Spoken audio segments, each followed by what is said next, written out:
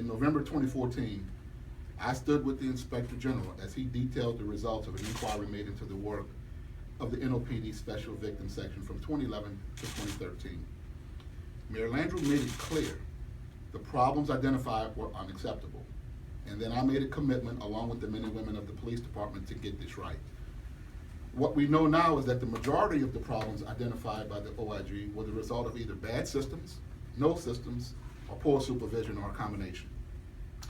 Over the past year and a half, the NOPD has worked with everyone in this room to bring institutional and lasting change to the way we report, the way we document, and the way we investigate sexual assaults in New Orleans. Our comprehensive response included 3 parts. Number 1, investigating the officers outlined in the original report.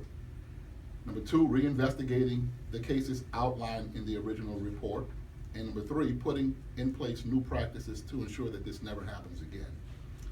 First, our Public Integrity Bureau launched a comprehensive investigation into the work of the 5 officers outlined in the report. Investigators worked systematically through each case touched by the detectives to determine if there were any administrative violations or any criminal misconduct. Through that investigation, PIB identified an additional 6 supervisors having some level of involvement. That investigation is now complete, and in consultation with the Office of the Inspector General and the District Attorney's Office, we found no evidence that any criminal misconduct had occurred.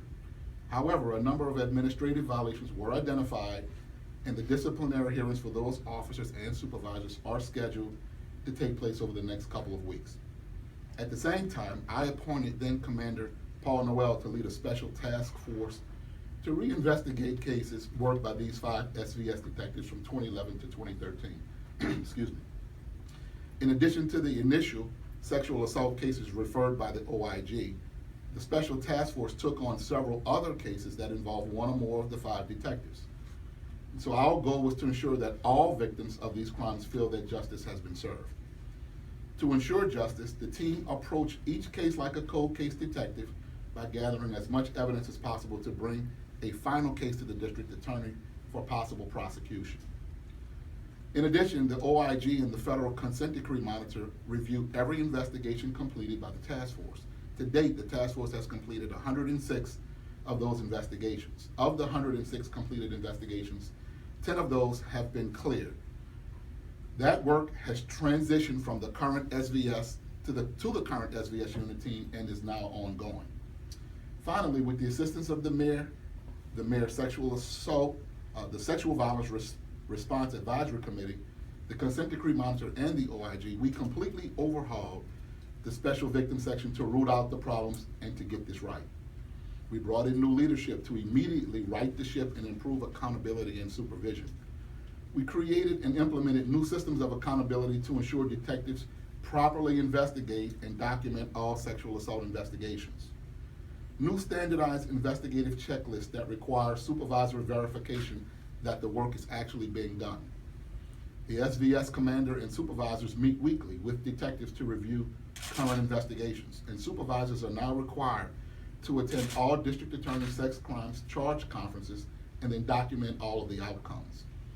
We invested in the SVS to give the detectives the tools they need to do their job and to be successful. We gave them all new smartphones so that they can remain in contact at all times with all of the victims.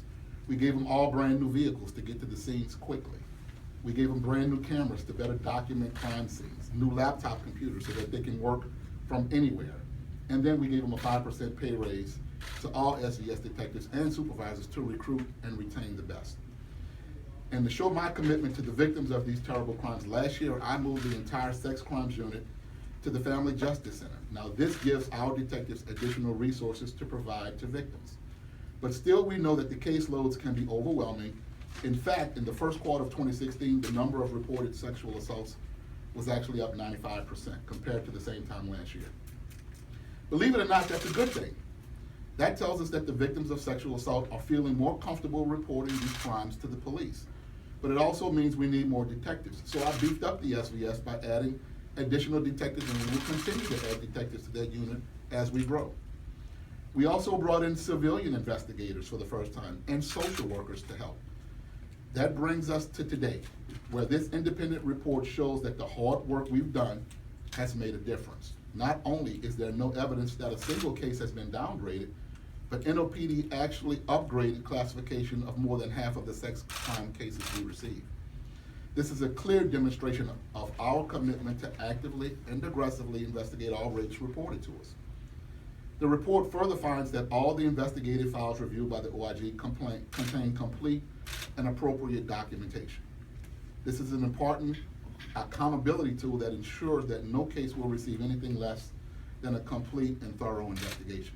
The progress we've made is undeniable, but to be sure and to be clear, we still have a long way to go. I'm confident we'll continue to improve and bring lasting change at the NOPD to ensure justice for all victims of these heinous crimes.